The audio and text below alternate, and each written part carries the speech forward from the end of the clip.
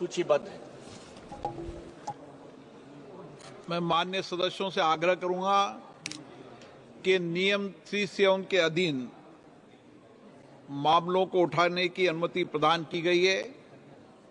वे सभी माननीय सदस्य अपने अनुमोदित पाठ को व्यक्तिगत रूप से सभा पटल पर रखने का कष्ट करें। महामहिम राष्ट्रपति जी के अभिभाषण पर धन्यवाद प्रस्ताव पर चर्चा। माननीय अखिलेश यादव जी।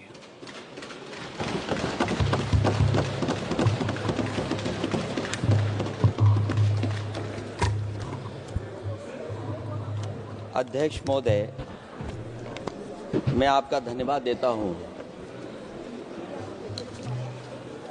कि आपने मुझे महामहिम राष्ट्रपति जी के अभिभाषण पे बोलने का मुझे समय दिया है। अध्यक्ष जी, मैं सबसे पहले आपका अभिनंदन एवं अभिवादन करते हुए आग्रह करना चाहूँगा कि मुझे बोलने के लिए जो समय दिया है, मैं उसमें से 2 मिनट का समय महाकुंभ हादसे का शिकार लोगों की आत्मा की शांति के लिए खड़े होकर के मौन रखना चाहूँगा। अगर किसी अन्य को भी सच्चे मन से मृतकों के प्रति सच्चा भाव है तो वो भी हमारे सांसदों के साथ खड़ा होकर के ये मौन श्रद्धांजलि अर्पित कर सकता है। माननीय सदस्य अध्यक्ष महोदय, अगली लाइन अध्यक्ष महोदय, ये विषय अध्यक्ष महोदय, आप सीनियर लीडर हैं। अध्यक्ष महोदय, ये अधिकार आपका है। कभी नहीं रही। ये मैंने विषय मेंशन करते हुए भरोसा है इस विषय पर मौन कर दिया था, इसलिए अध्यक्ष का अधिकार है। हाँ, मैं वही अध्यक्ष महोदय, ये जो बात मैं शुरू कर रहा हूं, जहां मैंने मौन 2 मिनट के लिए श्रद्धांजलि की बात की है, ये अधिकार मेरा नहीं है अध्यक्ष महोदय, ये अधिकार आपका है। मुझे पूरा भरोसा है आप पर कि जब अभिभाषण की चर्चा खत्म हो रही होगी उस समय 2 मिनट का मौन श्रद्धांजलि जरूर दी जाए जो श्रद्धालुओं की जान गई है। नहीं अध्यक्ष महोदय, नहीं अभी 1 मिनट आप लोग कुछ मत बोलो। नहीं कुछ नहीं। अध्यक्ष महोदय, अभी तो अध्यक्ष महोदय मैंने बात शुरू नहीं की है, और जिन लोगों को तकलीफ है और जिनको दुख होना चाहिए उनके बारे में मैं, हालांकि वो बाद में कहना चाहता था महाकुंभ के बारे में, लेकिन अध्यक्ष महोदय क्योंकि बहुत सारे माननीय सदस्य ये सुन नहीं सकते हैं, इसलिए मैं बात वहीं से शुरू करता हूं। आप देश के परम अभिभावक होने के नाते हमारा आपसे अनुरोध है कि जहां सरकार बजट के आंकड़े लगातार दे रही है, और जब मैंने अभिभाषण पढ़ा अध्यक्ष महोदय, बहुत सारे आंकड़े सरकार ने दिए हैं। आंकड़े देने से पहले महाकुंभ में मरने वालों के आंकड़े भी दे दें। महाकुंभ की व्यवस्था के बारे में स्पष्टीकरण देने के लिए मेरी मांग अध्यक्ष महोदय, सर्वदलीय बैठक बुलाई जानी चाहिए। महाकुंभ आपदा प्रबंधन व खोया पाया केंद्र की जिम्मेदारी सेना को दी जाए। महाकुंभ हादसे के शिकार लोगों की मृत्यु, घायलों का इलाज, दवाइयों, डॉक्टर, भोजन पानी, परिवहन की उपलब्धता का आंकड़ा संसद में पेश किया जाए। महाकुंभ हादसे के लिए जिम्मेदार लोगों पर, महाकुंभ हादसे के लिए जिम्मेदार लोगों पर घोर दंडात्मक कार्रवाई हो। जिन्होंने सच छिपाया है उनको दंडित किया जाए। अध्यक्ष महोदय, हम डबल इंजन की सरकार से पूछते हैं, अगर अपराध बोध नहीं था तो आंकड़े दबाए, छिपाए और मिटाए क्यों गए हैं? सच छिपाना और मिटाना भी तो अपराध है। इसका दंड कौन भुगतेगा अध्यक्ष महोदय? जहां इंतजाम होना चाहिए था, वहां प्रचार हो रहा था, एक धार्मिक समागम में डबल इंजन का राजनीतिक प्रचार अशोभनीय है, निंदनीय है। इतने बड़े हादसे के बाद कम से कम अब तो वो होर्डिंग उतरवा देना चाहिए। अध्यक्ष महोदय, महाकुंभ की जो तैयारी हुई, जो हम लोगों ने जाना वहां पर, महाकुंभ न केवल 144 साल के लिए ये कहा गया, बल्कि ये भी कहा गया कि पहली बार धरती पर इस तरह का डिजिटल और जो आधुनिक चीजें हैं, टेक्नोलॉजी, उसका इस्तेमाल कर करके महाकुंभ होने जा रहा है। सीसीटीवी, ड्रोन, लाइव स्ट्रीमिंग के आधार पर जिनका दावा था कि वो डिजिटल कुंभ करा रहे हैं, वो मृतकों की डिजिट नहीं दे पा रहे हैं। एक तरफ तो जो लोग डिजिटल डिजिटल डिजिटल अध्यक्ष महोदय कहने को थकते नहीं हैं, लेकिन जब कुंभ में इतना बड़ा हादसा हो गया है तो यही सरकार डिजिट नहीं दे पा रही है। हमारे अपने लोग मारे गए हैं, जिसमें परिवार का हर रिश्ता दिवंगत हुआ है। किसी की माता, किसी के पिता, किसी की बहू, किसी की बेटी, किसी का भाई बहन, चाचा चाची, बच्चों के आंकड़े तो अभी तक नदारद हैं। खोया पाया केंद्र ही लोगों को तो नहीं मिल रहा है, जो खोया पाया केंद्र था उसको भी लोग पा नहीं पा रहे, ढूंढ नहीं पा रहे। अध्यक्ष महोदय, कुंभ कोई पहली बार नहीं हो रहा है। कुंभ का आयोजन सदियों से होता आया है। हमारे पौराणिक और हमारे इतिहास के दस्तावेज ये बताते हैं कि समय समय पे जो भी सरकारें नहीं होंगी, जिसका भी राज रहा होगा अध्यक्ष महोदय, उसने महाकुंभ या इस तरह के कुंभ का आयोजन किया है।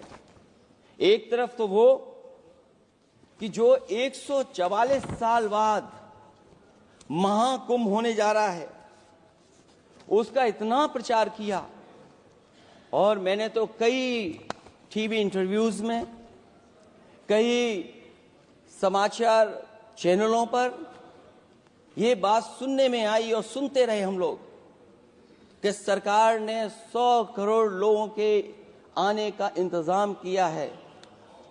और अगर 100 करोड़, अध्यक्ष महोदय, अगर ये बात गलत है तो मैं रिजाइन आपको देना चाहता हूं। अगर अध्यक्ष महोदय, ये माननीय सदस्य लोग अगर ये नहीं सुन पा रहे हैं तो मैं इनको एक एक को, आप नहीं गए स्नान करने, आप स्नान करने नहीं गए, इसीलिए इस तरह की भाषा का इस्तेमाल कर रहे हैं। अध्यक्ष महोदय, ये कहा गया कि 144 वर्ष के बाद ये हो रहा है। जहां तक मेरी समझ और जानकारी कहती है, जो एस्ट्रोनॉमी और एस्ट्रो चीजों को समझते होंगे वो ये स्वीकार करते होंगे, जो भी कुंभ होता होगा वो 144 वर्ष के बाद ही होता होगा। लेकिन ये कहा गया कि नक्षत्र ऐसे हैं, तो मैं अध्यक्ष महोदय सरकार से कहना चाहता हूं कि सतयुग से लेकर के कलयुग तक ये सनातन परंपरा रही है कि संत, महात्मा, साधु समाज मुहूर्त के हिसाब से शाही स्नान करते हैं। उसमें नक्षत्रों के हिसाब से जो सहयोग बनता है वही शाही स्नान का मुहूर्त होता है। लेकिन भाजपा के राज में ये सनातन परंपरा टूट गई। पहले सरकार ने संत समाज को शाही स्नान रद्द करने का आदेश दिया, जिससे अनादिकाल की सनातन परंपरा टूटी। और फिर जब देश भर में ये बात उठी, तो उन्होंने हादसे को छिपाकर फिर से आदेश दिया कि अखाड़े शाही स्नान करने जाएं। इससे सरकार ने पावन मुहूर्त के स्थान पर अपने मनमाने समय पर स्नान कराने का आदेश दिया। बात उस दिन या तिथि की नहीं होती है, बल्कि निश्चित मुहूर्त काल की होती है। ये सनातन परंपरा तोड़कर इन लोगों ने अच्छा नहीं किया। और ये क्या परंपरा टूटी है कि नहीं टूटी है, मैं समझता हूं अध्यक्ष महोदय मुझसे बेहतर सामने वाले ज्यादा जानते होंगे इसके बारे में। और जो लोग, अध्यक्ष महोदय, जो हम लोगों ने देखा वहां पर, लोग पुण्य कमाने आए थे और अपनों के शव लेकर के गए हैं। चमत्कारी करिश्मा तो ये हुआ है श्रद्धालुओं के शव मिल गए थे, पर सरकार स्नान करने वाले मरने वालों की बात स्वीकार नहीं कर रही थी। और इससे ऊपर ये बात जो वहां पर और हुई, अध्यक्ष महोदय, जब ये जानकारी हो गई कि कुछ लोगों की जान चली गई, लाशें हैं जो मोर्चरी में पड़ी हैं, अस्पताल में पड़ी हैं, उसके बाद सोचिए सरकार क्या कर रही है। अपने सरकारी हेलीकॉप्टर में फूड भर करके फूलों को डालने का काम किया। सोचिए, ये हमारी कहां की सनातनी परंपरा है। मैं जानना चाहूंगा सदन के माध्यम से हमारे माननीय सदस्य बताएं कि जहां लाशें पड़ी रही हों, न जाने कितनी चप्पलें पड़ी थीं, न जाने कितनी चप्पलें पड़ी थीं, न जाने कितने कपड़े पड़े थे, महिलाओं की साड़ियां थी, कपड़े थे, लेकिन उनको कैसे उठाया गया? उन सबको उठाया गया जेसीबी मशीन से, ट्रैक्टर की ट्रॉली से। उनसे उठा करके कहां फेंका कोई नहीं जानता, लेकिन जब उनको लगा कि वहां से बदबू आ रही है, तो यही सरकार के लोग छिपाने लगे हैं। यही आपका महाकुंभ का आयोजन था। और हर बात को छिपाने के लिए न केवल ये लोग मीडिया का सहारा ले रहे हैं, मीडिया का सहारा लेते लेते सुनने में आया है कुछ दबाव और कुछ स्वीटनर भी दिए जा रहे हैं जिससे उनकी खबरें बाहर ना आ जाएं। और अगर अध्यक्ष मोदी ये बात सब गलत है मेरी, अगर ये बात सब गलत मैं कह रहा हूं, तो अभी तो नेता सदन को अभी भाषण देना है। और मैं ये बात और कहना चाहता हूं, आप अपनी तरफ से जानकारी कर लीजिएगा। हमारे उत्तर प्रदेश के मुख्यमंत्री जी ने शोक नहीं प्रकट किया था। जब देश की राष्ट्रपति और प्रधानमंत्री जी ने शोक प्रकट किया, उसके बाद 17 घंटे बाद सरकार ने स्वीकार किया। अध्यक्ष मोदी, ये वो लोग हैं जो आज भी कोई सच्चाई स्वीकार नहीं कर सकते। इनका रास्ता क्या है मैं नहीं जानता हूं, कहां ले जाना चाहते हैं। लेकिन जब अध्यक्ष महोदय मैंने अभिभाषण पढ़ा है राष्ट्रपति महोदया का, तो वही पुरानी बातें कि 12 करोड़ शौचालय बन गए हैं, 10 करोड़ गैस कनेक्शन हो गए हैं, 80 करोड़ लोगों को राशन दिया जा रहा है, 25 करोड़ लोगों को मिडिल क्लास में शामिल कर दिया गया, न्यू मिडिल क्लास में शामिल कर दिया गया। 80 और 85 को अगर हम जोड़ दें अध्यक्ष महोदय, 105 करोड़ हो गए। बच्चों को और जोड़ दें तो सरकार अध्यक्ष महोदय किसके लिए काम कर रही है? किसके लिए काम कर रही है? अगर 80 को राशन दें, 25 को न्यू मिडिल क्लास में जोड़ दें, 105 करोड़ हो गए। और जो बाकी बचे हैं हमारे देश की आबादी, जिसको 140 करोड़ बता रहे हैं, उसमें कम से कम बच्चे कुछ तो संख्या होगी, आधी आबादी की संख्या होगी। अगर उसको हम बाहर निकालें तो आगे आज सरकार किसके लिए काम कर रही है? वही बात पुरानी सुनने को मिलती है कि राष्ट्रीय मिलिट्री स्कूल बन गए हैं, राष्ट्रीय मिलिट्री स्कूल जिनमें बालिकाओं की भर्ती शुरू हो गई है। अध्यक्ष महोदय, ये एक बता दें जो नया इन्होंने 10 साल के अंदर राष्ट्रीय मिलिट्री स्कूल खोला हो। और कंफ्यूज मत होना, राष्ट्रीय मिलिट्री स्कूल कौन से होते हैं, सैनिक स्कूल कौन से होते हैं, ये कंफ्यूज मत होना। 10 साल में सोचिए अध्यक्ष महोदय, एक भी नया राष्ट्रीय मिलिट्री स्कूल नहीं खोला है। अगर खोला हो तो सरकार जरूर बताए। जो लोग कहते हैं हम ईज ऑफ डूइंग रिसर्च कर रहे हैं, अध्यक्ष महोदय, इनकी ईज ऑफ डूइंग रिसर्च हमने देखी है। इनकी ईज ऑफ डूइंग रिसर्च अपनी इमेज चमकाने के लिए और दूसरे की इमेज बर्बाद करने के लिए ईज ऑफ डूइंग रिसर्च चल रही है। ईज ऑफ डूइंग बिजनेस, मैं देखता हूं जहां कहीं भी इन्वेस्टमेंट मीट होती है, देश के सभी मंत्री वहां पहुंच जाते हैं। सरकार के मुखिया भी जाते हैं वहां।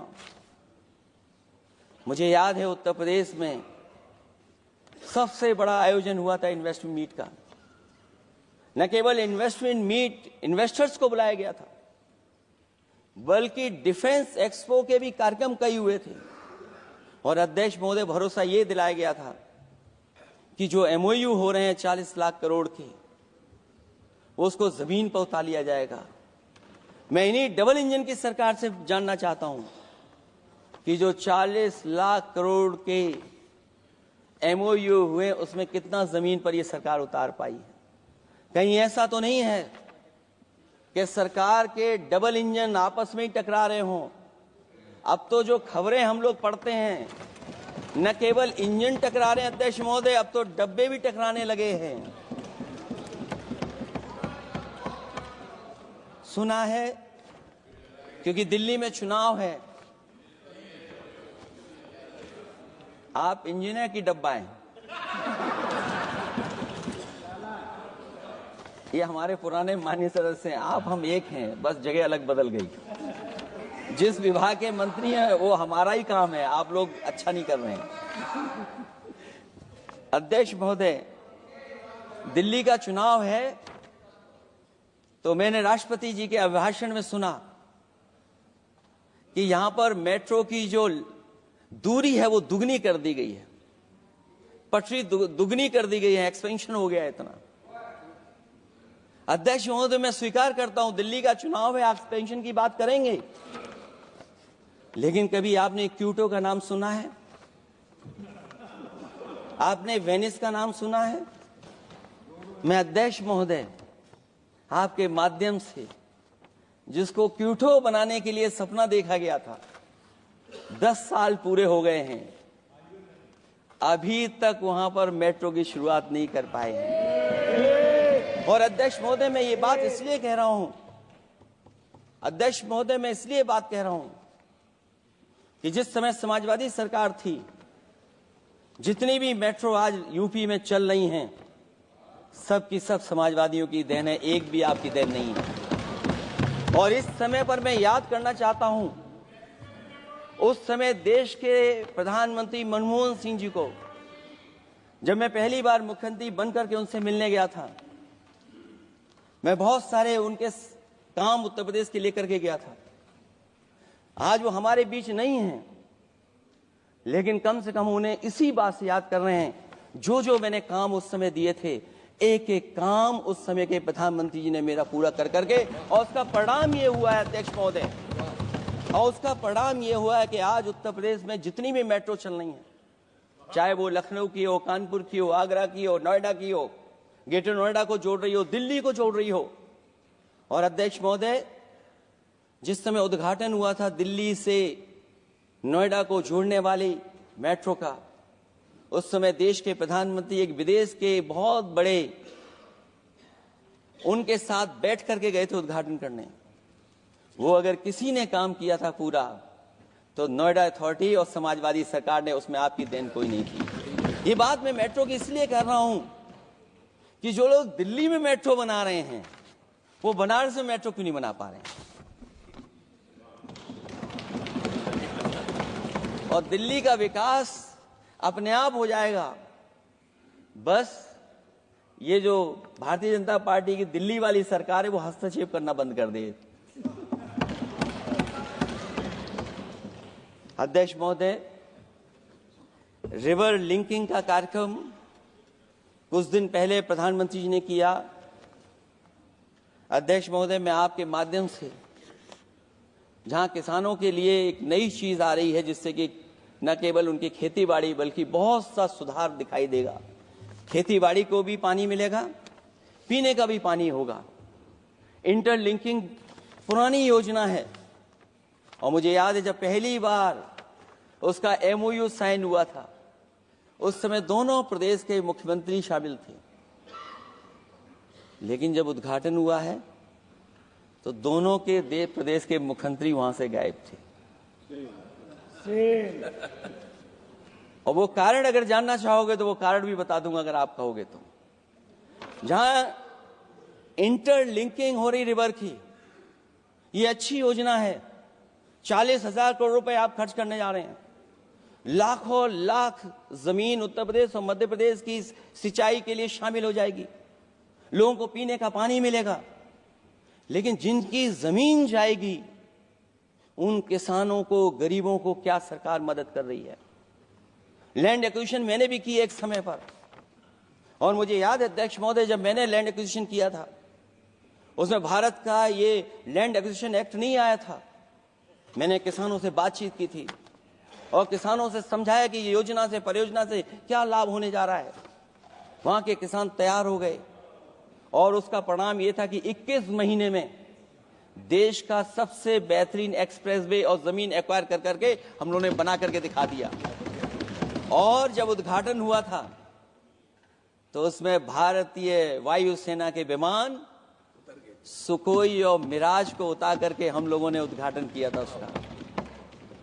ये बात मैं इसलिए बता रहा हूं, जिस हाईवे पर देश के प्रधानमंत्री जी उतरे थे और उद्घाटन के बाद प्रधानमंत्री जी के पीछे पीछे कोई चल करके आया था। वो हाईवे भी अगर किसी ने डिजाइन किया था तो समाजवादी सरकार का डिजाइन था, वो भारतीय जनता पार्टी का डिजाइन नहीं था। और अगर इनका डिजाइन होता तो उत्तर प्रदेश में कोई नया हाईवे ऐसा बना करके दिखाएं जिससे हवाई जहाज उतर जाए। नहीं तो मैं मानूंगा कि आप जो कह रहे हैं कि आधुनिक इंफ्रास्ट्रक्चर बनाना चाहते हैं, आपकी परिभाषा क्या है आधुनिक इंफ्रास्ट्रक्चर की? और ये बात में जो इतनी घुमा फिरा के कह रहा हूं, वो बात में लौट करके उसी पे जा रहा हूं अध्यक्ष महोदय। अगर 40,000 करोड़ की योजना बनी है रिवर इंटरलिंकिंग की, तो जिन किसानों की, जिन गरीबों की जमीन जा रही है, उन किसानों को आप सही तरीके से मुआवजा, मदद उनकी क्यों नहीं कर रहे हो आप?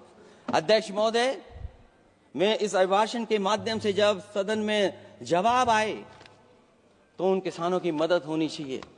वो किसानों के पास कुछ नहीं है। उसके बाद आपका जो पैकेज है, आपका पैकेज पता नहीं क्यों कंजूस बनाता है कोई, आपका पैकेज कंजूस बनाता है कोई। कम से कम आपका दिल बड़ा होना चाहिए, और इतना बड़ा दिल हो कि किसान खुशहाली के रास्ते बजाए। आपने किसानों की आय दोगुनी नहीं की, आप आय दोगुनी नहीं कर पाए हैं। कम से कम उन्हें वो मदद करने का काम करें।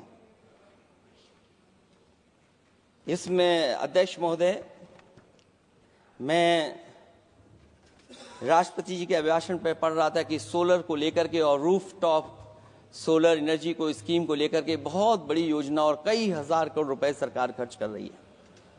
मुझे याद है जब देश के राष्ट्रपति कलाम साहब थे, उन्होंने एक प्रेजेंटेशन किया था सरकार के सामने, और प्रेजेंटेशन के बाद मैंने उनसे निवेदन किया कि अगर ये योजना मैं कर दूं तो आप क्या उद्घाटन करने आएंगे? उन्होंने कहा कि अगर ये आप कार्य योजना लागू कर देंगे तो उद्घाटन करने भी मैं आऊंगा। अध्यक्ष महोदय, उस दिन आंधी तूफान था, टेंट बिल्कुल उड़ गया था। इतना शायद पानी और बिजली का चमकना इतना था कि मैंने खुद रिक्वेस्ट की थी उनसे कि आप मत आइए, फिर कभी हम लोग कार्यक्रम कर लेंगे। लेकिन वो कार्यक्रम में आए, उन्होंने उद्घाटन किया। और अध्यक्ष महोदय, जो लोग कह रहे हैं 40,000 करोड़ की रूफटॉप स्कीम लाए सोलर की, जो मिनी ग्रिड बना करके पूरे के पूरे गांव को हम लोगों ने फ्री बिजली दी थी। फ्री बिजली उनको मिलती थी 24 घंटे, उनकी चक्की चलती थी, उनका सिंचाई का पानी का इंतजाम होता था। जब तक समाजवादी सरकार रही तब तक वो योजना चलती रही, और जैसे ही समाजवादी सरकार गई, इन्हीं के लोगों ने उसका मेंटेनेंस रोक दिया। न केवल उस गांव का जिसका राष्ट्रपति रहे उन्होंने उद्घाटन किया, बल्कि और जितनी भी सोलर की स्कीम चल रही थी, लोहिया आवास में जहां सोलर स्कीम के माध्यम से हम लोग गरीब को सोलर पैनल के माध्यम से उनको बिजली दे रहे थे, फ्री बिजली, उन सब योजनाओं को इन्होंने बंद करने का काम किया है। सोचिए, ये वो लोग हैं जो इंफ्रास्ट्रक्चर बनाना चाहते हैं। अध्यक्ष महोदय, चीन के सवाल को लेकर के कांग्रेस पार्टी के भी कुछ विचार हैं, हमारे भारतीय जनता पार्टी के लोगों के भी विचार हैं। सच्चाई ये सदन और ये देश भी जानता है एक समय पर हम लोगों ने बहुत लाखों लाख किलोमीटर की जमीन, लाखों लाख एकड़ की जमीन हम लोगों ने खोई,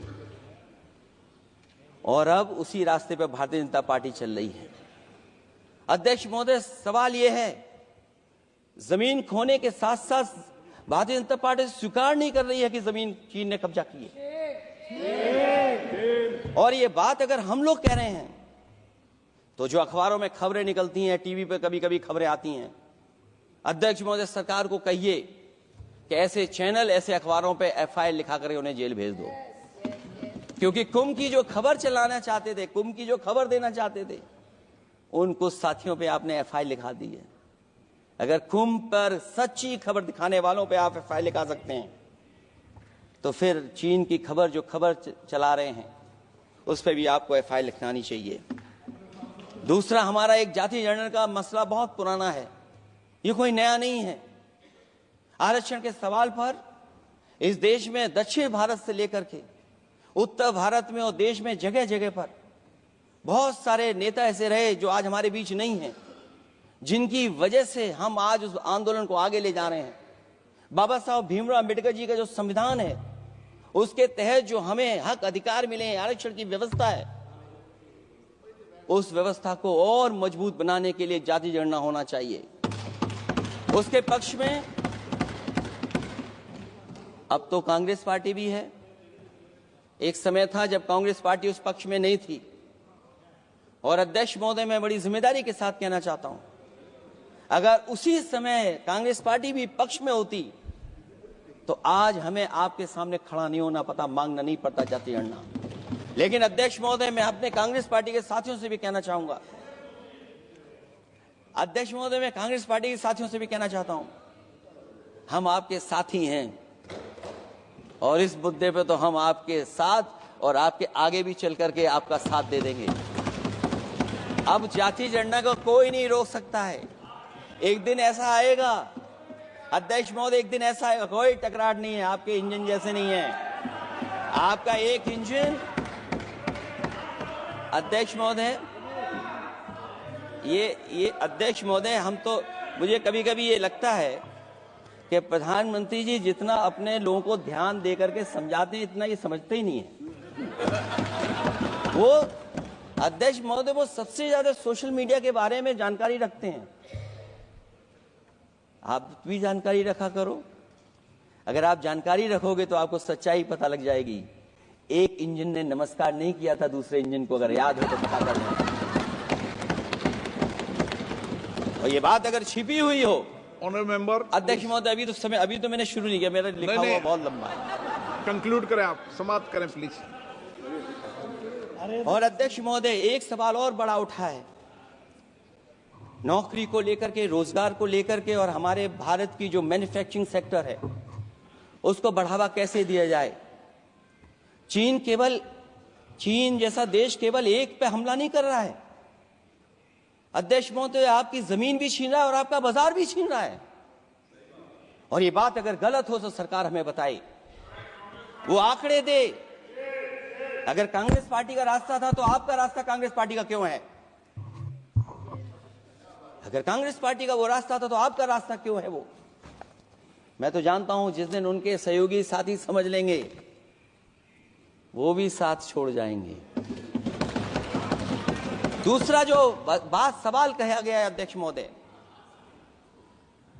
जिस समय बाजार खोला गया, जिस समय हमारा व्यापार के लिए पूरा बाजार खोल दिया, हमसे ज्यादा वित्त को समझने वाले इकोनॉमिस्ट और बहुत सारे जानकार लोग, वो मुझसे बेहतर समझते होंगे, लेकिन मैं ये बात समझता हूं कि जिस समय बाजार खोला गया उस समय ध्यान उतना हमारे देश की अर्थव्यवस्था पर नहीं रखा गया। अगर उसी समय पर मैन्युफैक्चरिंग सेक्टर को जिस जिम्मेदारी से रखना चाहिए था नहीं रखा गया, अगर उस समय रखा गया होता तो शायद अध्यक्ष महोदय हम लोग चीन से आगे निकल गए होते।